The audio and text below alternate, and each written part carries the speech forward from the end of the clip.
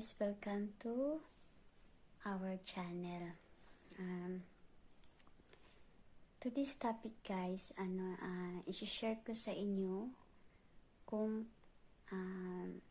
paano ako napadpad dito sa Istanbul, Turkey. Kasi meron ding nagtanong na kababayan natin na nagnanais na pumunta dito. Tinanong niya ako kung paano yung proseso sa pagpunta ko dito. Disclaimer lang, this is my base sa karanasan ko kung paano ako napunta dito from the beginning. So, yun guys. Una is my friend ako dito na nagwo-work. So, friend ng amo niya is naghanap ng nanny ng baby nila na 6 months pa lang that time.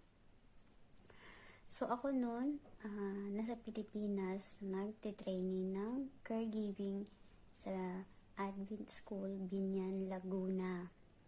That time, hindi pa ako tapos. Mag-a-assessment pa lang kami. So, super excited ako that time na, matatapos yung caregiving ko, yun may job offer na makukuha agad.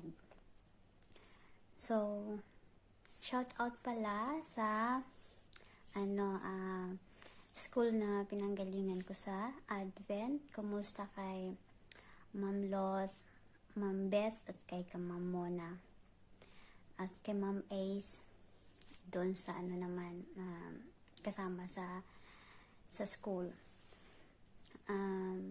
Hello din sa mga kasamahan ko sa batch na yon.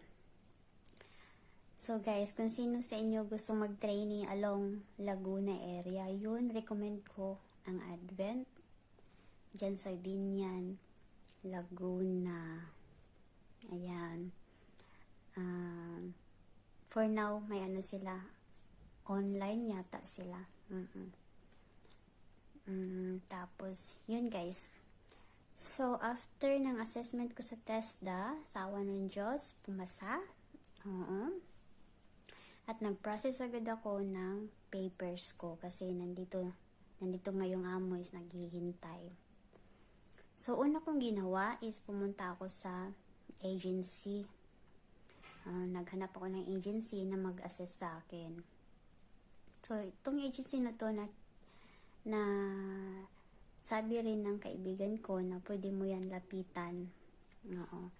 So, pumunta ako sa Jordan Manpower International, located sa Ermita, Malate. Malapit siya sa Ermita Church. Yun yung landmark niya. Madali lang hanapin. Sumakay ka lang ng jeep at gamitin na rin si Magta. Magtatanong, hindi ka mawawala at hindi ka maliligaw. So, nung dumating ako doon sa office nila, sinabi ko sa staff doon na may amo ako sa Turkey, naghihintay, willing silang kunin ako, ano yung proseso, pwede nyo ba ako tulungan, kasi willing siyang kunin ako dito. So, ginawa, binigay ko yung email ad ng amo ko.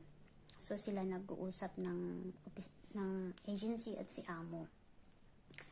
So, sabi ng agency sa akin, hintayin mo lang yung reply ng amo mo kasi dapat siya pumail na ng policy namin sa pag-a-assist sa'yo kasi magbabayad siya or kasi direct hire ka. Yun.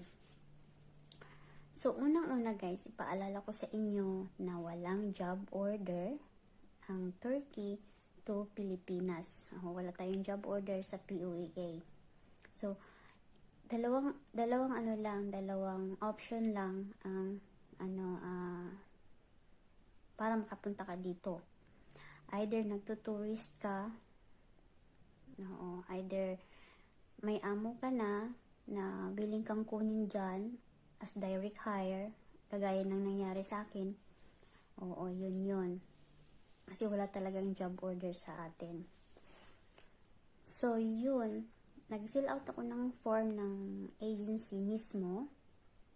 Tapos nun,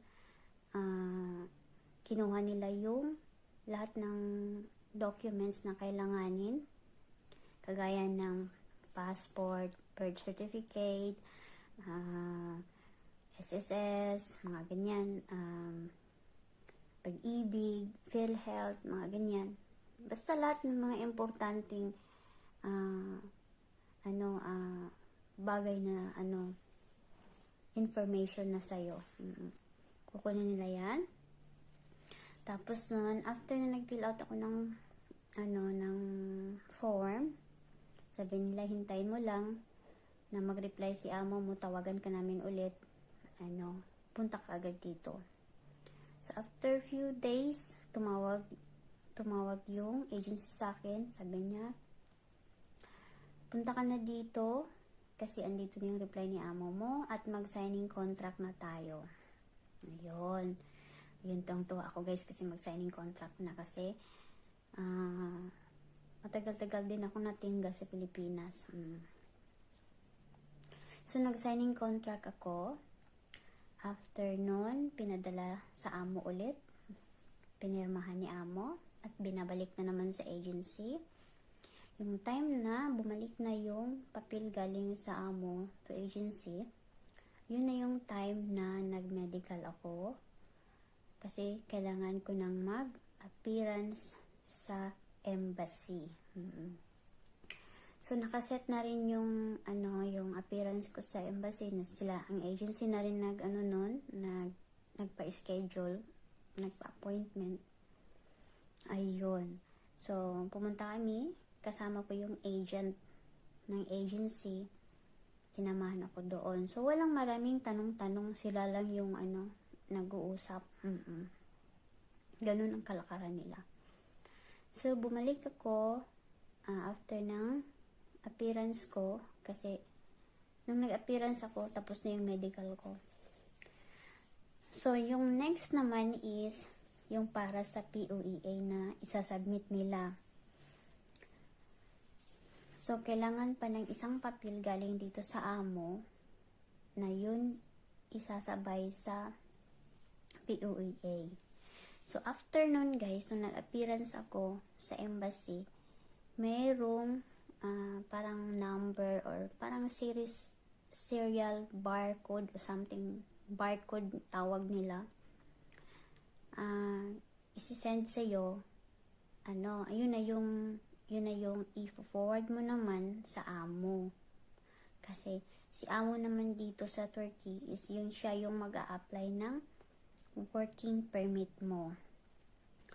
So, hintayin mo yun na lalabas yung working permit mo dito, at si amo naman yung magsisend ng kopya doon sa agency na lumabas na yung working permit. Yun. So, after nun, 1 week yung pagitan ng working permit na process dito. 1 week lang. So, yun, madali lang yung papel ko, madali lang talaga. Hindi ako naabot ng 2 buwan mula nung pag-apply ko. Kasi, ang secret niyan guys, pag yung amo mo dito sa Turkey is mabilis din kumilos, mabilis mag-reply ng mga hinihingi ng agency sa kanya, mabilis lang talaga. So, yun, ang sabi sa akin ng ng naging amo ko, wala kang babayaran dyan sa agency kasi binayaran na namin. So, yun, binayaran na nga niya. So, nung na-approve na yung working permit ko, ang inasikaso ko naman is yung pagpipidos, nag-OWA, tapos umattend pa ako ng training ng TESDA, kasi ang kinalabasan ko nga dito guys is household worker. So, kailangan mo ng TESDA certificate nun in situ. So, yun, nag-training pa ako. Pero yung training mo is, din, provided ng agency. Meron silang training center na sasabihin sa'yo na doon ka pumunta. So, ang nangyari guys, one day lang yata yun no? One day, tapos the next day, assessment na guys, promise. So, yun, pagtapos nun, yun na nga, nagpidos na. Tapos, training, seminar, sa OWA, ganun. Tapos, pag na-comply mo na yun lahat, at manibigyan ka nila nga ng ibalik mo na naman yun sa agency. Kasi, yun na yun, ipapasa nila ang papel mo doon sa POEA para lalabas yung OEC mo. Yung OEC mo na Overseas Exit Clearance. Yun yung papakita mo sa immigration.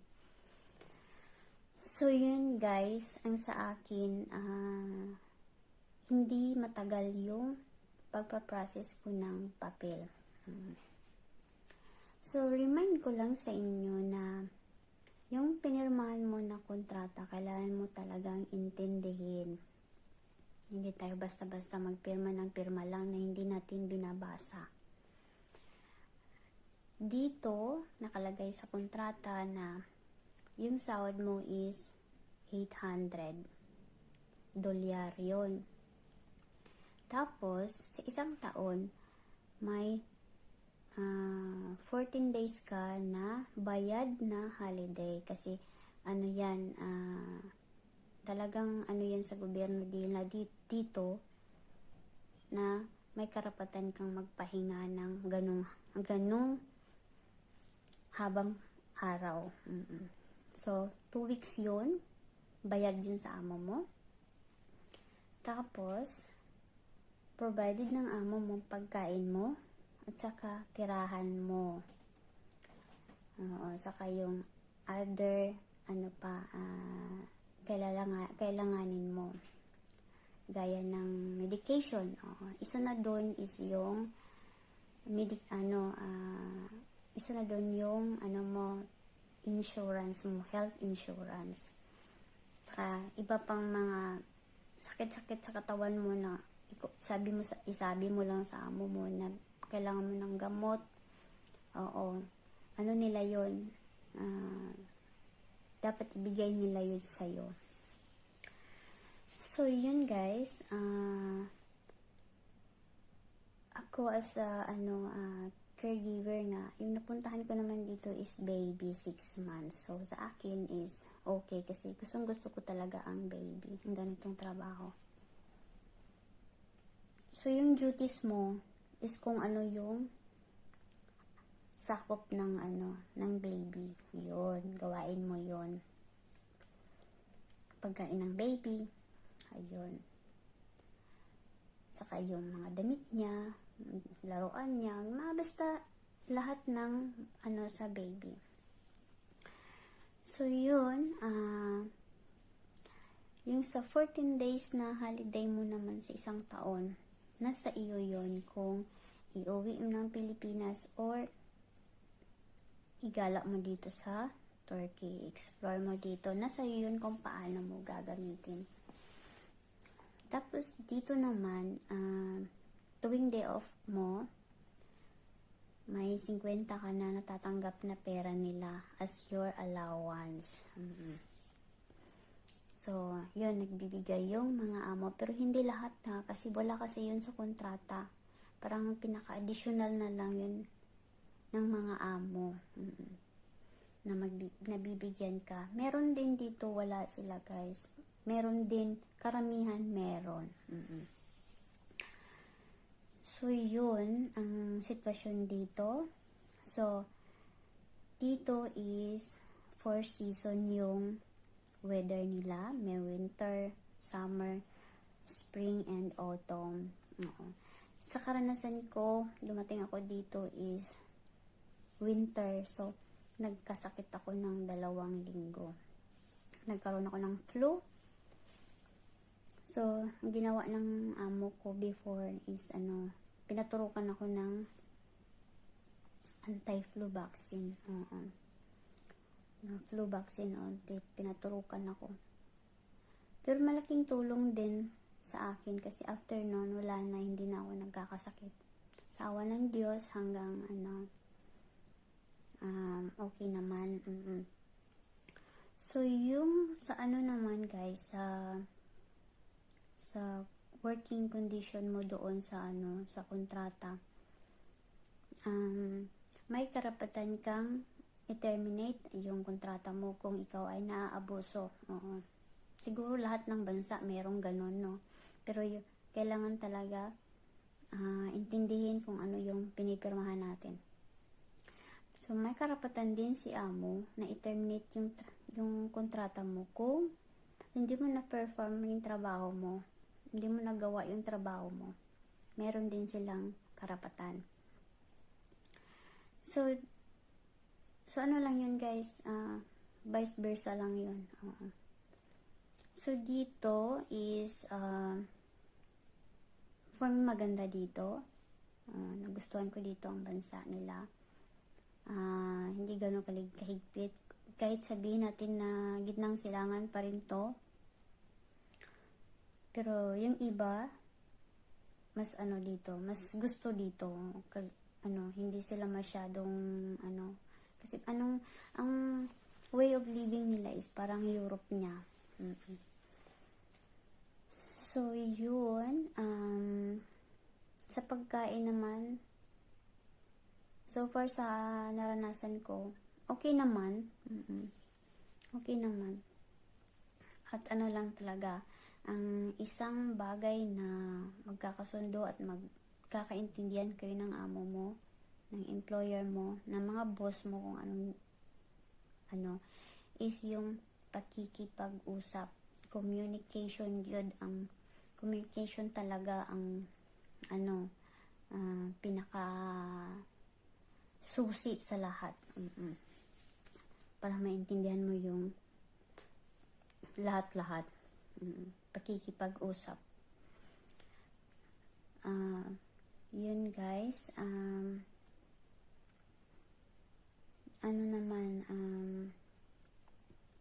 dun sa sa renewal ng work permit, yun, kasi galing ka sa Pilipinas 1 year lang yun, tapos yung pinirmahan mo sa kontrata mo is 2 years, baka magtataka ka bakit 1 year lang.